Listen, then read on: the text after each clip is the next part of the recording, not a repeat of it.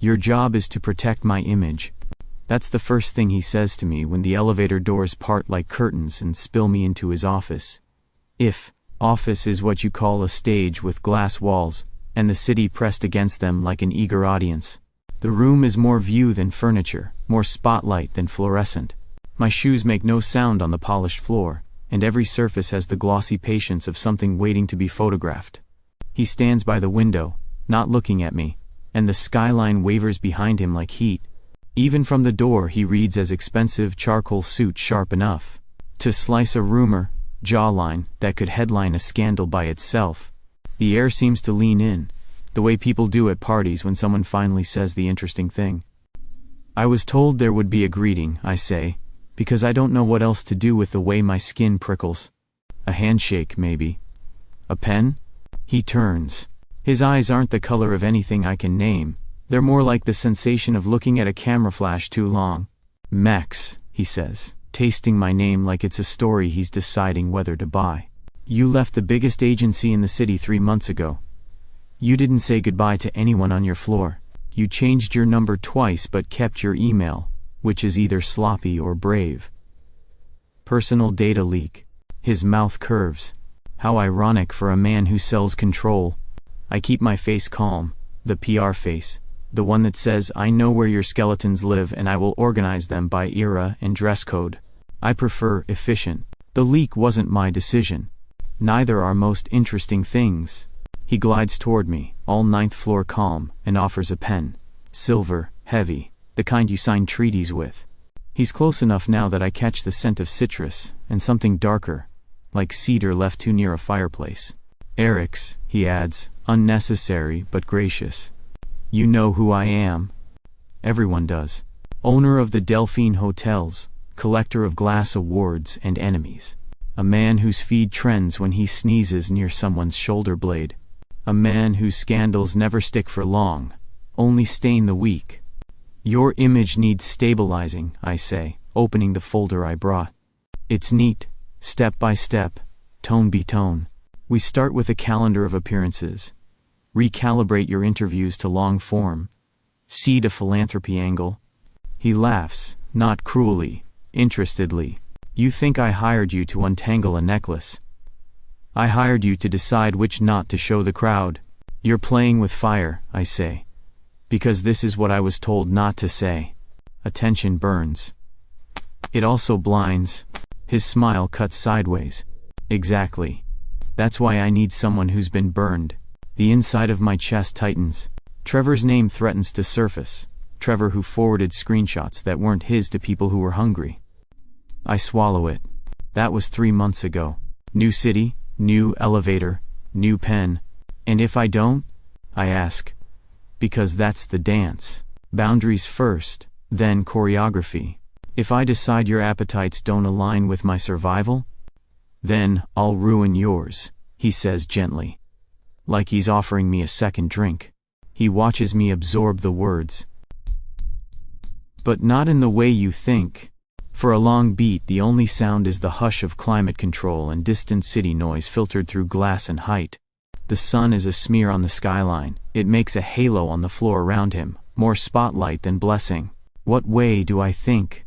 I ask, and the question leaves my mouth with more bite than I planned. Sarcasm is my armor. Also my hobby. You think I mean the obvious, he says. Headlines. Dredged photos. A trending apology. He steps closer, and I feel the curve of the room tug toward him. No. If you fail me, I'll ruin your belief that reputation is a wall you can build between yourself and the world. I'll show you how thin it is. He says it like he's confessing, not threatening. Somehow that's worse. I click the pen. It makes a clean sound. There's a contract on the glass table that reflects our faces back at us. Mine a tired 28-year-old with good hair and too much caffeine behind his eyes. His something like a portrait that learned to step down from the frame and haunt its owners. The language is typical. Crisis management on retainer, confidentiality, access to calendars and mistakes. Your calendar, I say, skimming. I'll need veto power. Reasonable. He is so agreeable that it feels like a trap door. Your friends, temporary. Your enemies, Endless, he says cheerfully. But they pay better. I shouldn't like him. He's glib, theatrical, the exact flavor of client who eats a PR plan for breakfast and calls it fasting. But beneath the polish there's an exhaustion I recognize. The kind that comes from living on the same stage so long you forget the lines were ever words. It's almost human. Almost. What do you want from me, specifically? I ask. In a sentence that isn't a riddle. He thinks. Teach me how to starve beautifully, he says. Or at least, convincingly. I write a note I won't read later. We'll start with less. No late-night exits. No surprise companions. Your interviews go deep, not wide. We're going to replace volume with gravity. Gravity is heavy, he says, mock complaining. Then lift with your legs. Max. He tries my name again. Different emphasis. You left because someone used a story against you. Are you sure you're ready to make stories for someone else? I don't flinch. I left because I was bored of watching people pretend not to bleed. He tilts his head, approving. You'll do. We go over logistics like normal people. Press lists, which publications are salvageable. Which reporters need dinner. Which ones need to be ignored like intrusive thoughts. I ask for a private line to his chief of staff. A list of allies who won't admit it, and 30 minutes every morning just for me. He grants everything like a king bestowing sunlight. When he signs, it's a small flourish, ink sitting neat and black on the page. I reach for the contract and a current passes through the air between us. No, not a current, a shift, as if the room inhaled. The back of my neck prickles and the glass table shows a ripple that can't be real. My body records it anyway. You felt that, he observes, not asking. Faulty HVAC, I say. Of course. His mouth says he believes me. His eyes say he prefers me lying. Before I go, I add, slipping the folder into my bag, I'll need a statement from you, something clean, human, 2 sentences. He raises a hand and delivers it on cue, voice smooth. I am grateful for our guest's trust. I've fallen short of my own standards, and I will do better. Too polished, I say automatically. Try again. Less. I'm a brand with feelings. More. I have a grandmother. He chuckles, looks at the skyline as if it's a teleprompter only he can see, and says, I forgot people don't live in press rooms. Thank you for reminding me. That I'll use. We walk to the elevator together because apparently he sees people out. The doors are mirrored, and for a moment I catch us standing side by side. My tie slightly loosened, his reflection crisper than his body, edges too defined. The lights in the ceiling cut across us in thin surgical lines. I look like a man about to make better choices. He looks like the reason those choices won't stick. The elevator dings. I step in. He doesn't. I'll send over the revised calendar by morning, I say, because I need to say something that sounds like control. Max, he says, and I hate that it sounds like he's closing a story and not just a door. Eat dinner. You look like a headline about burnout. Flirting won't make my invoices smaller. No, he agrees. But it might make your evenings shorter. I should roll my eyes. Instead, I smile. Which is worse. The doors start to slide, and he speaks like a hand slipping into a pocket. We'll do good work together. And if we don't? I ask out of habit, out of nerve, out of the silly hope that if I say it again it'll make him more human. Then I'll ruin yours. But not in the way you think. The doors close on a thin slice of his smile. In the brief dark of descent, with the city shining in my teeth like grit, I realize I haven't just signed on as someone's PR manager. I've stepped into a room that eats applause for breakfast and calls it mercy. I'm not sure if I'm the curtain or the audience. I only know the show has already started, and I'm in it. When the lobby blooms around me, chandelier light, human noise, the plush hush of money moving, I adjust my tie and breathe like a person who believes in oxygen. My phone buzzes. A calendar invite from an address named Delphine Reputation. Subject line, daily. Gravity, volume. I snort despite myself. Outside, the city has its mouth open. Somewhere above me, a man who looks like a headline is waiting for me to teach him how not to be one. I step into the evening and feel it. The pull of a game I didn't invent but might be able to win. if winning is even the word. I left the agency to escape a story that wasn't mine. Now I have a new one, and it's smiling with too many teeth. The first week is spreadsheets and schedules. That's how I survive. I put chaos in cells, color-code it, and pretend order is possible. Press releases drafted. Journalist tiers ranked. Leaks plugged with NDAs so airtight you'd need a crowbar to exhale. I spend hours hunched over my laptop in the corner office they've given me. Sleek, anonymous, one floor below Eryx's stage. On paper, it looks good. On paper, it always does. Reality arrives in a hotel lobby at midnight, where my client decides to stroll in with a washed-up pop singer, whose last headline included the word rehab, and at least 3 mentions of unidentified powder.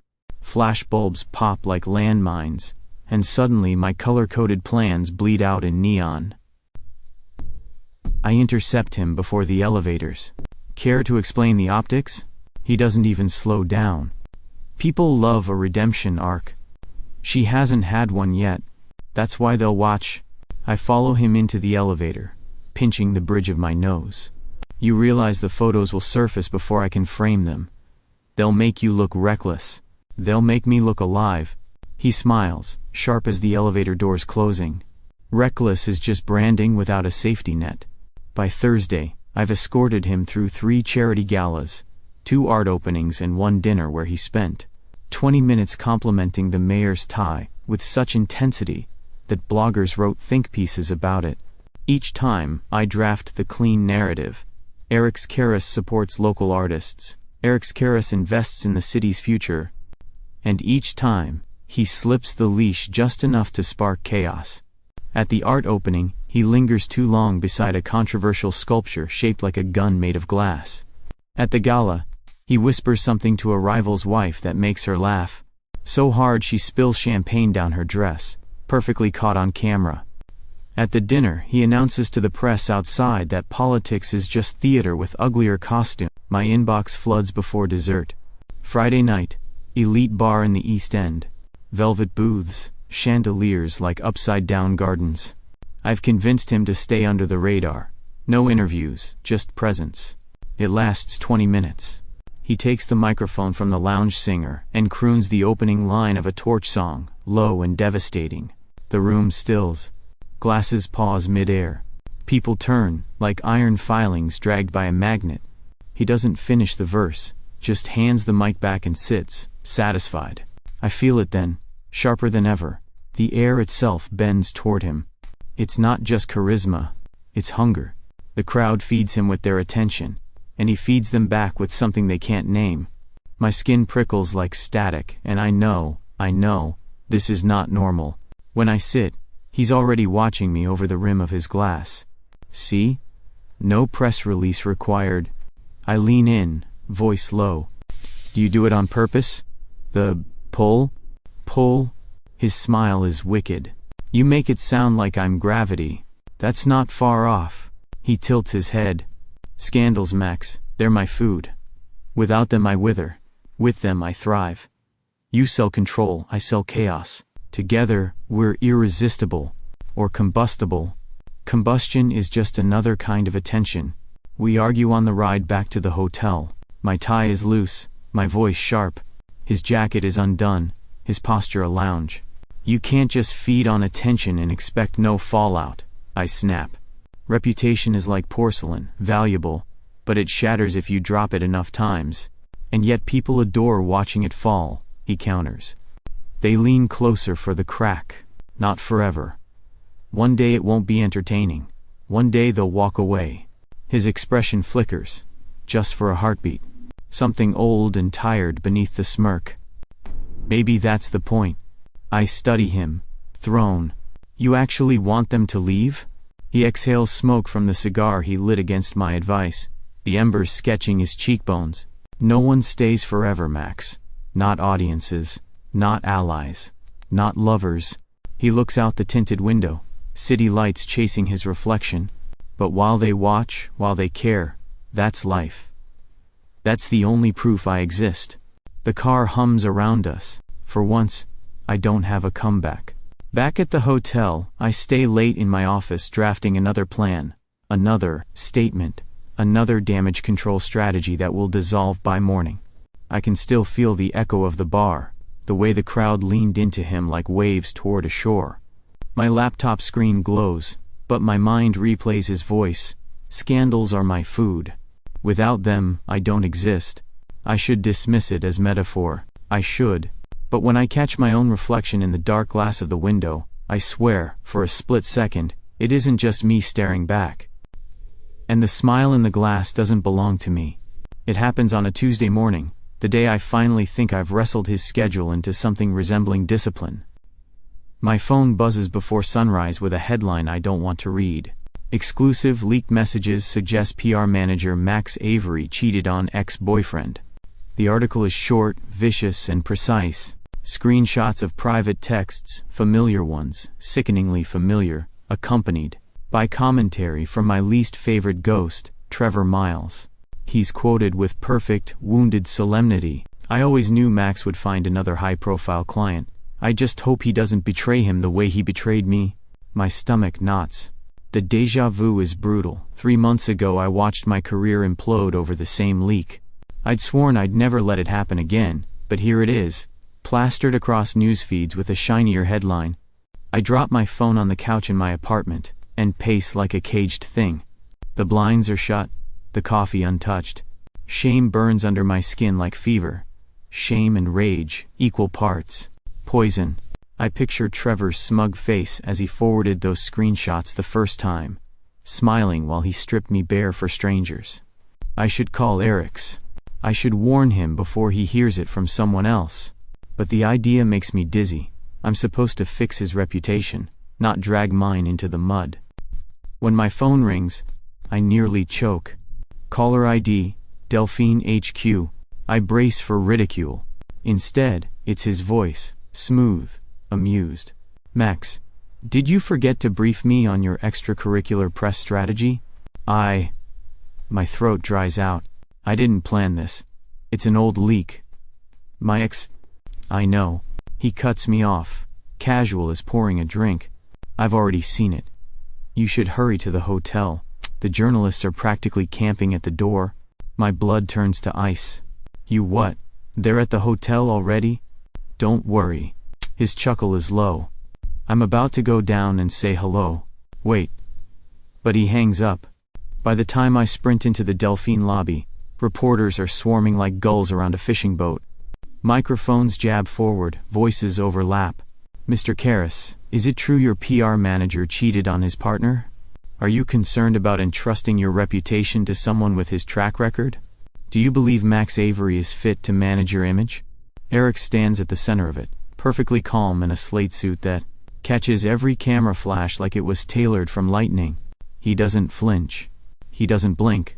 He looks like a man born to be accused. My manager, he says, his voice carrying over the din, is better than all of you put together. The crowd stutters, surprised. He knows more about truth than you'll ever print. He cleans the messes you delight in spilling. And if you think recycled gossip makes him weak, his smile slices the air. You've already underestimated us both. Don't waste my time with trash. The lobby falls quiet in the way only money and menace can achieve. Even the cameras hesitate, lenses blinking like nervous eyes. I'm rooted to the floor, heat rushing to my face. I expected mockery, maybe dismissal. What I got was a shield I never asked for. Hours later, I'm back in my apartment, lights off, laptop shut. My hands still shake when I think about the way he said my manager, like the words were made of iron. It should feel like a victory. The narrative's shifting, articles reframing the story as proof of my resilience, some even praising Eryx's loyalty. But inside, I'm torn open. Why did he defend me? This is a man who feeds on scandal, who treats ruin like wine and drinks deep. He should have let the story grow, should have let it bleed me out for his own nourishment. Instead, he crushed it under his heel. Was it strategy? Control? Some twisted game to make me dependent?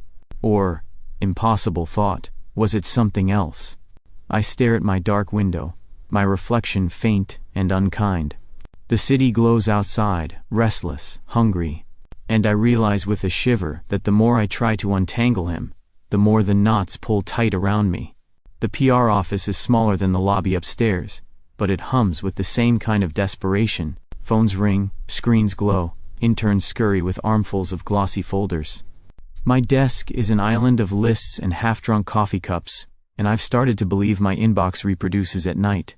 Chris, my assigned assistant, hovers near the edge of my desk with the eager energy of a golden retriever and the accuracy of a dartboard blindfolded. He's young, sharp suit 2 sizes too new, smile too quick. He says yes before I finish a sentence and then forgets which question I asked.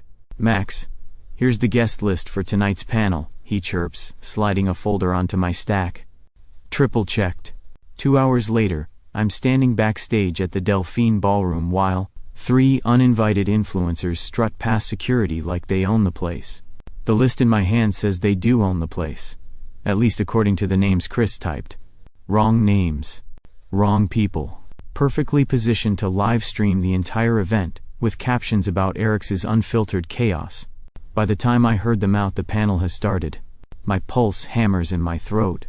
The slip is minor compared to the Trevor fiasco, but it needles me. How did I miss it? The mistakes pile up.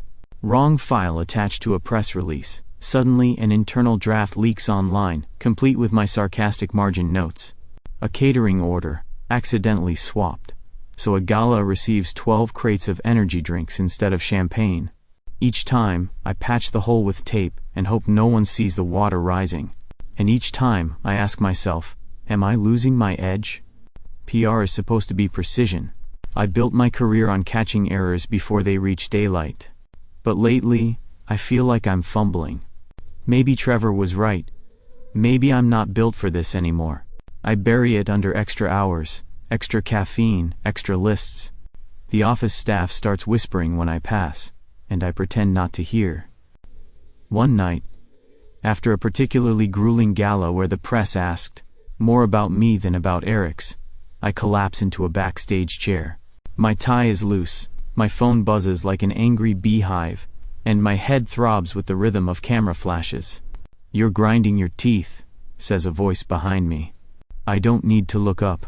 He fills a room before he enters it. Occupational hazard, I mutter. Eryx sits beside me, uninvited, immaculate as always. He doesn't sweat under stage lights. He glows. "Your assistant," he says lightly, "is charming. That's one word for it." I rub my temples. Apparently, also allergic to accuracy. He watches me too closely. "You think you're making the mistakes?" I freeze. "I didn't say that. You didn't have to." "I can smell guilt, Max. It's more potent than cologne." "Fine." My laugh is brittle. Maybe I am slipping. Maybe I'm not the sharp-eyed crisis manager I used to be. Maybe I'm just... I gesture at the chaos spilling from my phone. Broken porcelain. For a moment, his expression shifts. Something like irritation flashing under the polish. "You're too smart for these errors. Too careful. This isn't you." "Then who is it?" He leans back, smile thin. "Someone who doesn't want you here." The words drop like a stone in my stomach. I picture Chris, his polite nods, his too bright enthusiasm, the way he hovers near Eryx whenever possible. Could it be, or is paranoia just another side effect of burnout? I shake my head. "You're suggesting sabotage." "I'm suggesting reality." His tone sharpens. "You think the world plays fair because you do. That's charming. And dangerous." "I don't play fair." My voice comes out sharper than I intend. "I just prefer not to assume betrayal every time someone hands me the wrong folder. Then you'll keep bleeding." His gaze pins me. "And Max, I've seen enough blood to know when it's yours." Later that night, back at my desk, I sift through paperwork with shaking hands. Chris pops his head in with a grin. "Need anything before I head out?" I force a smile. "No. Thanks." He beams, too eager, too innocent. When he leaves, the silence feels accusatory. My notes blur together.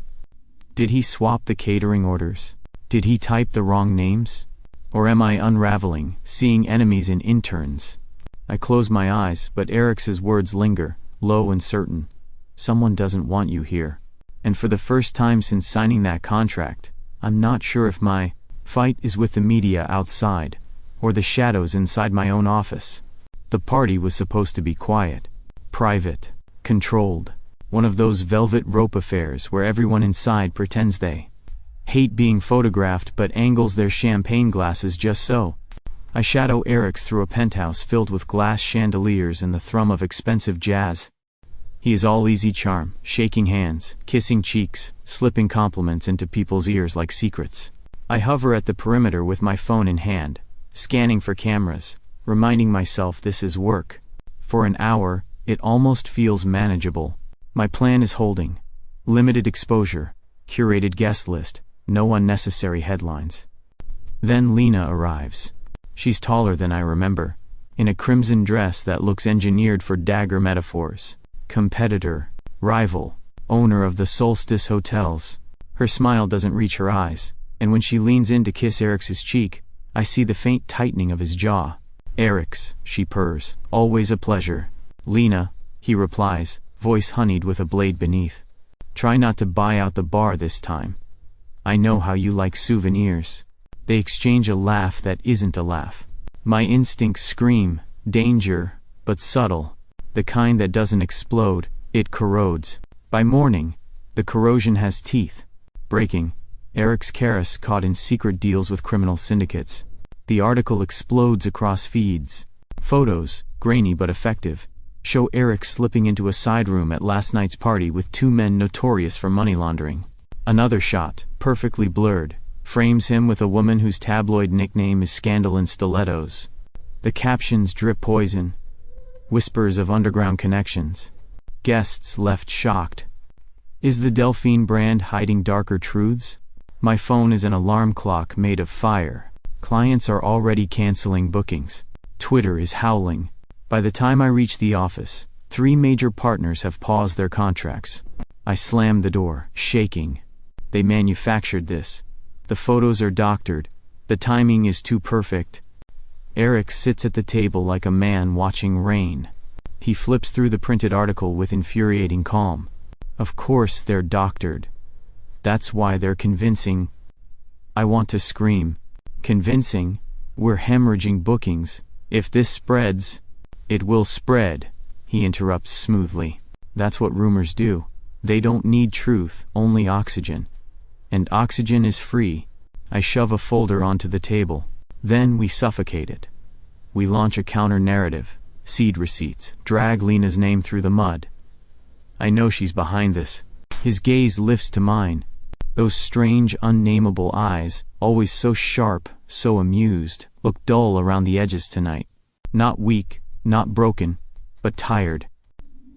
You think I don't know what dirty games look like? His voice drops, low and almost tender. Max, dirty games are my element. I built empires on scandal while my rivals drowned in it. Then why aren't you fighting back? My fists clench. I hate the tremor in my voice. Why are you sitting there like you've already lost? For a heartbeat, silence. He studies me as if I've asked the one question no one else ever dared. Finally, he says, because the more I fight, the more I feed it. And sometimes I'm just tired of feeding. The words scrape something inside me. I storm out before I can answer. In the hallway, staff whisper, phones buzz, and headlines refresh like blinking warnings.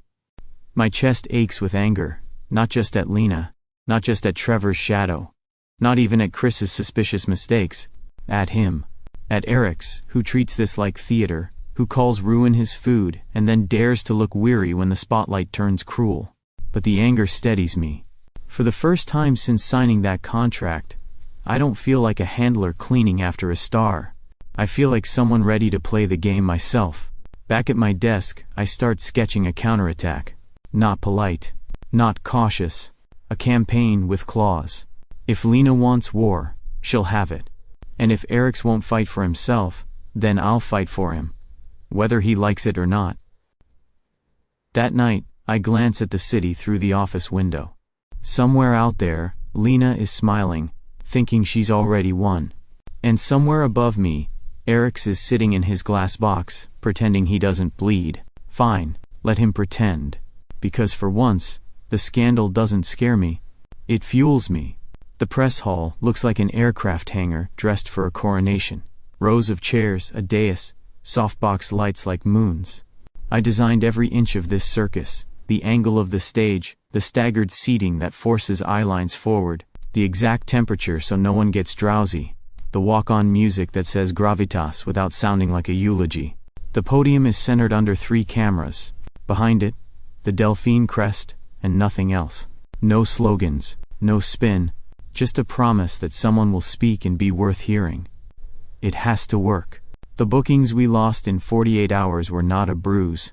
They were a fracture. I stand at the wings with a clipboard I don't need and a pulse I can't slow. I've spent the morning wrangling egos into assigned seats. The legacy paper gets row 1, center. The long-form magazine I courted for weeks sits just to the right. The tabloids are further back, corralled by velvet ropes and the guilt of their own elbows. A forensic image analyst is on standby to walk through metadata. And yes, I hired a social team to clip moments in real time. If we're going to trend, it'll be because we chose the beat. Chris appears with a stack of last-minute question cards, face hopeful. I take them without meeting his eyes. There's a knot in my gut with his name on it, but I can't untie it now. Ready? He asks. No, I say, honest. But we're going anyway. The lights dim. The chatter drops into a low hum, like bees remembering a queen. I step to the podium first. It's always better when the handler names the rules. Thank you for coming, I say. And the mic finds my voice without feedback. We'll begin with a statement from Mr. Karras, then take limited questions. Please keep your questions substantive. I let a thread of steel into my tone. We all have work to do today. A few chuckles, mostly relief. They love being told there are rules, it makes breaking them feel heroic. I glance left. He's there. Eryx walks out, not like a man taking the stage, but like someone stepping onto a road that already belongs to him. The camera lights swell. The room tilts forward by degrees. It's not visible on tape, I know it won't be, but in person you can feel it. Air pressure changing, a soft undertow, pen still. A cough aborts itself midway. Even the camera operators blink in sync. Good morning, he says. And the greeting folds over the room like a fitted sheet. Let's not waste each other's time. I stand to the side just out of frame and watch him do it, open the chest of the scandal and rearrange its organs. He doesn't deny. He reframes. I own hotels, he says. I host saints and sinners, the adored and the forgettable.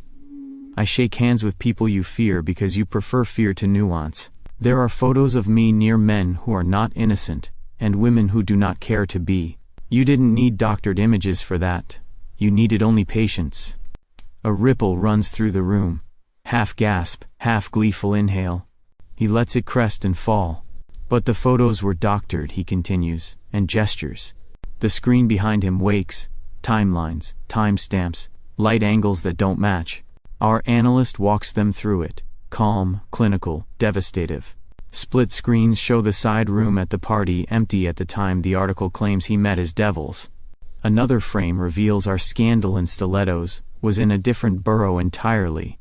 Glittering through someone else's fundraiser. I am not harmless, he says when the murmurs peak again. But I am not what she says I am. He doesn't say Lena's name. The omission is a leash.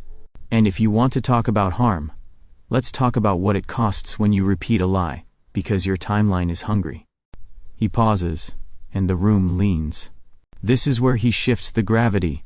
I feel it like a hand under my sternum. I have benefited from attention, he says, voice dropping half an octave. I have used it like oxygen, like fuel, sometimes like a drug.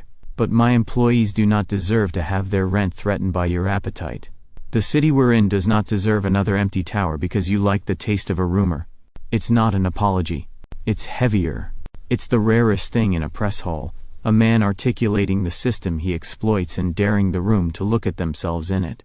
I realize my hands are clenched so hard the clipboard bites my palm. I realize too the exact shape of the power in front of me. I manage a demon who manages attention. He doesn't bathe in it now, he braids it. He pulls focus to compassion, to payroll, to the guests who saved for a year to celebrate anniversaries under our chandeliers. And the crowd. God, the crowd goes with him. I watch jaws loosen, knuckles ease off pens. Even the tabloid guy in the back lowers his phone, as if embarrassed. Questions begin, and I cue the pre-selected journalists first because control is an art, not a wish. The paper asks about due diligence. He answers with transparency that tastes like a dare. The magazine asks if he'll sue. He says, lawsuits are for the living. We're trying to get there. Someone from a morning show asks about his mysterious personal life, and he smiles in a way that buzzes the entire back row. Then a wild card, an online blog with too much reach and too little mercy, shouts, "Do you think your manager is trustworthy, given his own history?" A few heads snap my way. The old heat crawls up my spine. Eryx doesn't look at me. He looks at the man who asked and says, mild as open flame, "My manager is the reason you will have a correction up by noon." A laugh rolls the room, not unkind. Any further questions that begin with gossip, he adds, will be directed to our donation link for local shelters this winter. The energy you spend can at least warm someone else. It's audacious. It's manipulative. It's perfect. The attention he corrals spills into the channel we built, and I watch in real time as our social team's dashboard pings. Donations climbing, #Delphine Winter trending. The narrative shifting its weight onto a different foot. We end on our terms. He steps back from the podium to applause no one planned. In the wings, I exhale so hard I sway. The undertow loosens. The room remembers oxygen belongs to it. Backstage is a maze of black curtains and gaffer tape. It smells like heat and electrical cords. We turn a corner, and the noise of the hall shrinks into a muffled ocean. "You did it," I say. "And I'm not sure if I mean we or you, or please tell me this will hold. You actually..."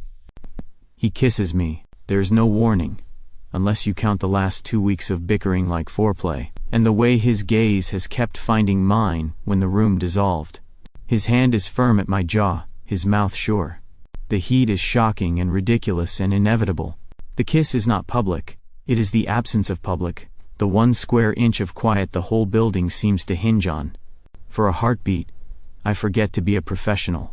I forget to be anything but a person who almost drowned and is suddenly violently breathing. We break. Both of us stunned that we did that. Both of us pretending we aren't. That, I say, because my mouth is 10 seconds ahead of my brain, is not in the media kit. He looks thoroughly pleased with himself. Consider it damage control. From which angle? I ask, dazed and infuriated at once. The only one that matters, he says, softer. Then the softness burns away under a familiar smirk. Relax. I'm told kisses are excellent for brand loyalty. That's not how brand loyalty works. It's how mine does. Voices echo down the corridor. Crew, staff, the outside world remembering us.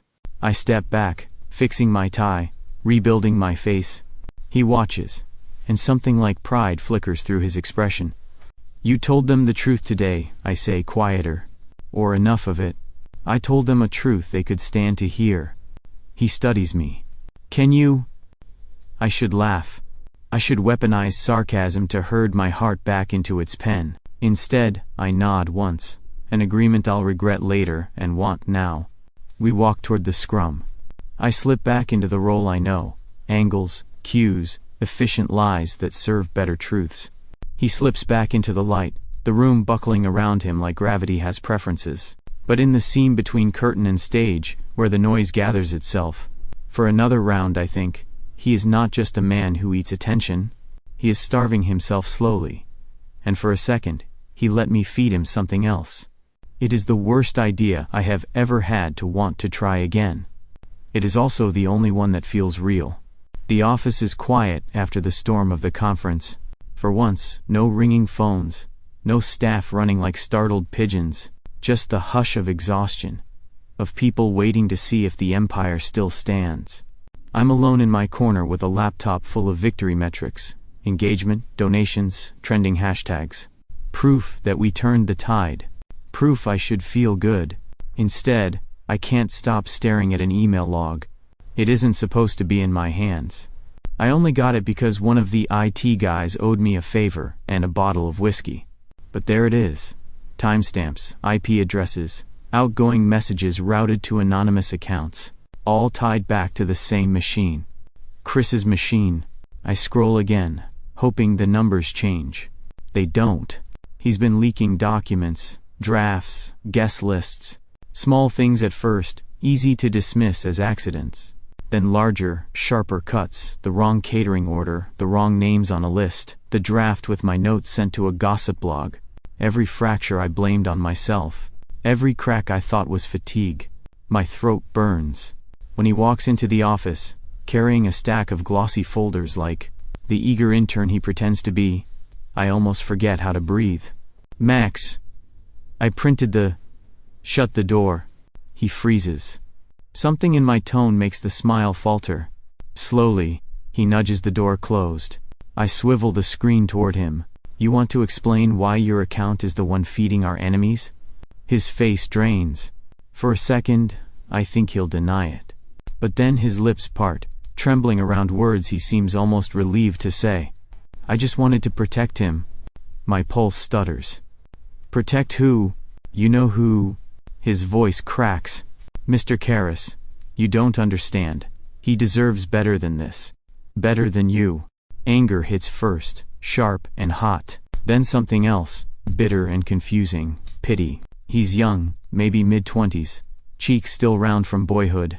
He looks at me not like an enemy but like someone who's lost and thinks sabotage counts as devotion.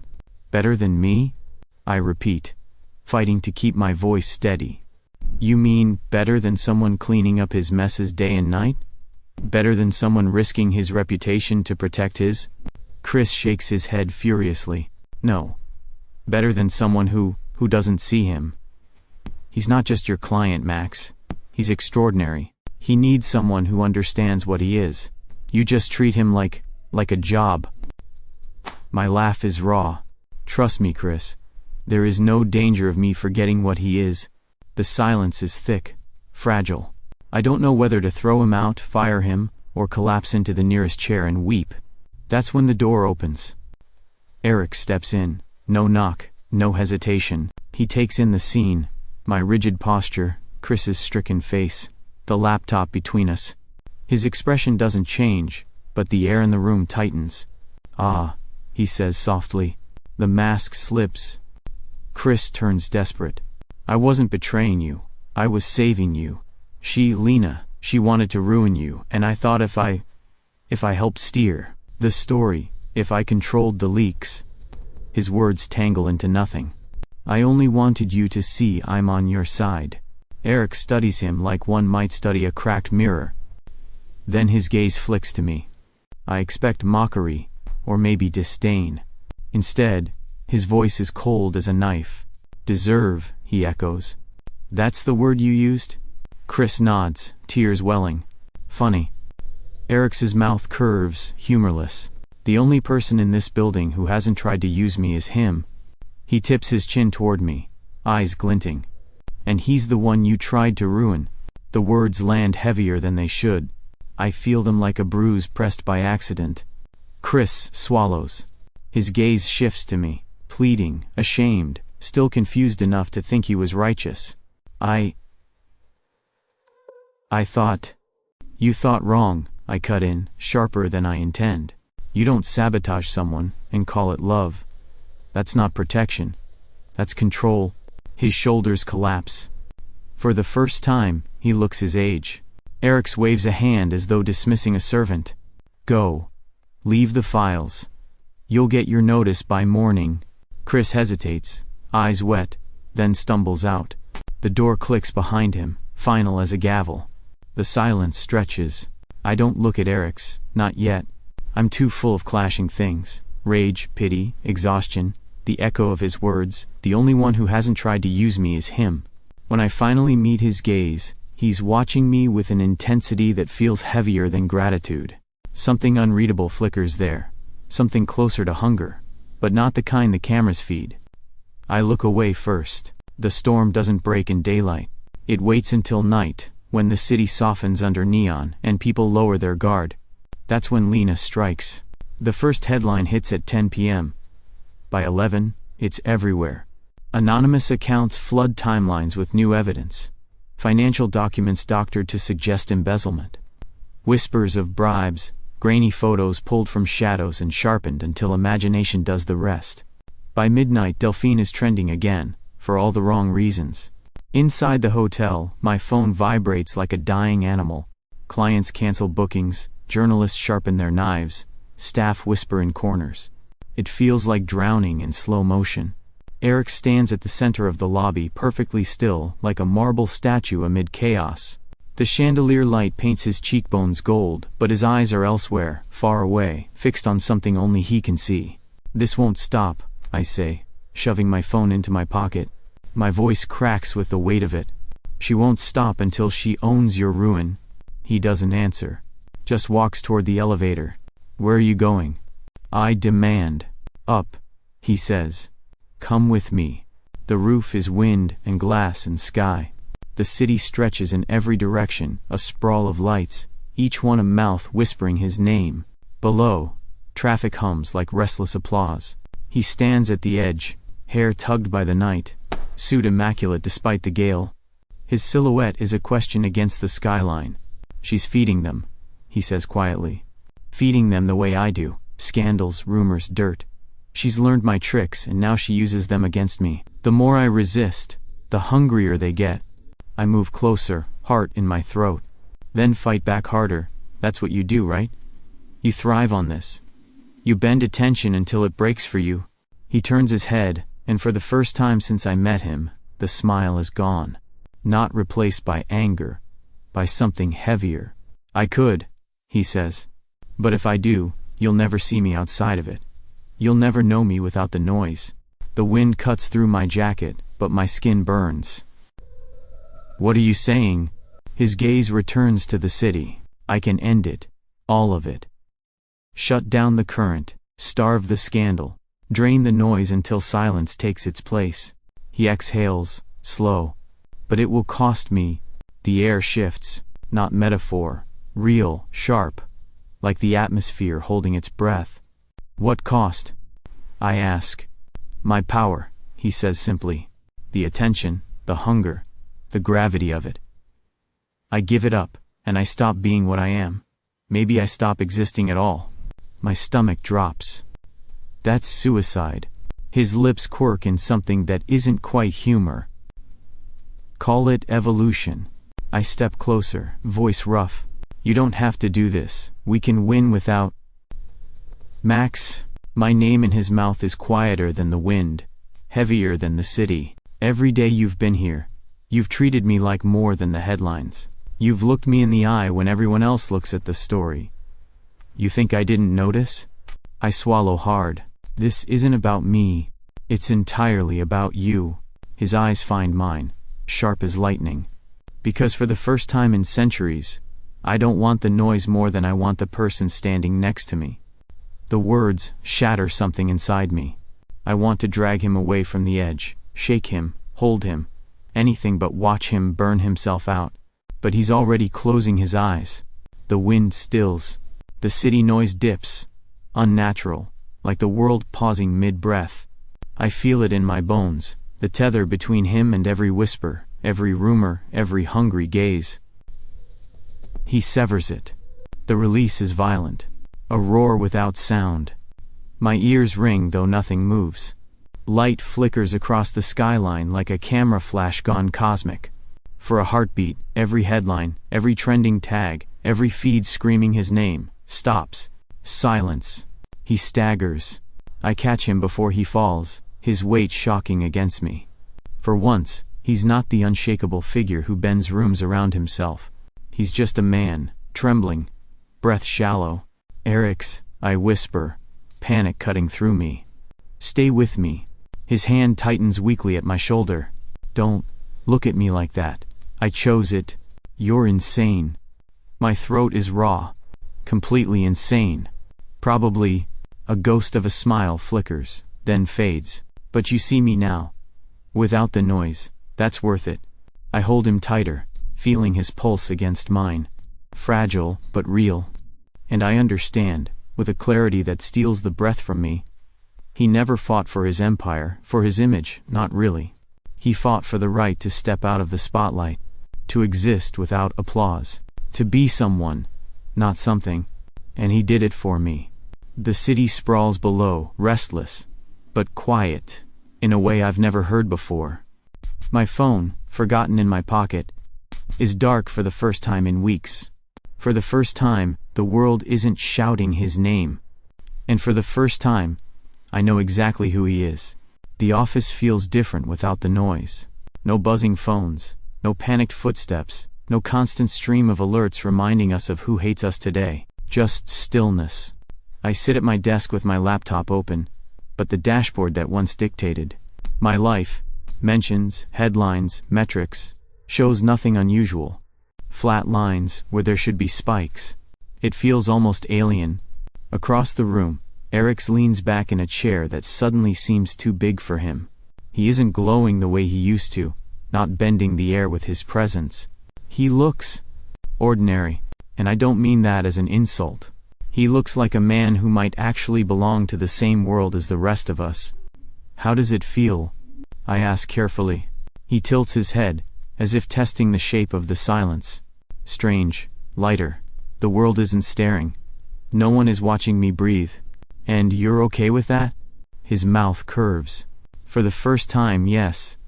The quiet is delicious. I study him, trying to reconcile this version with the one who used to bathe in attention like a god in incense smoke.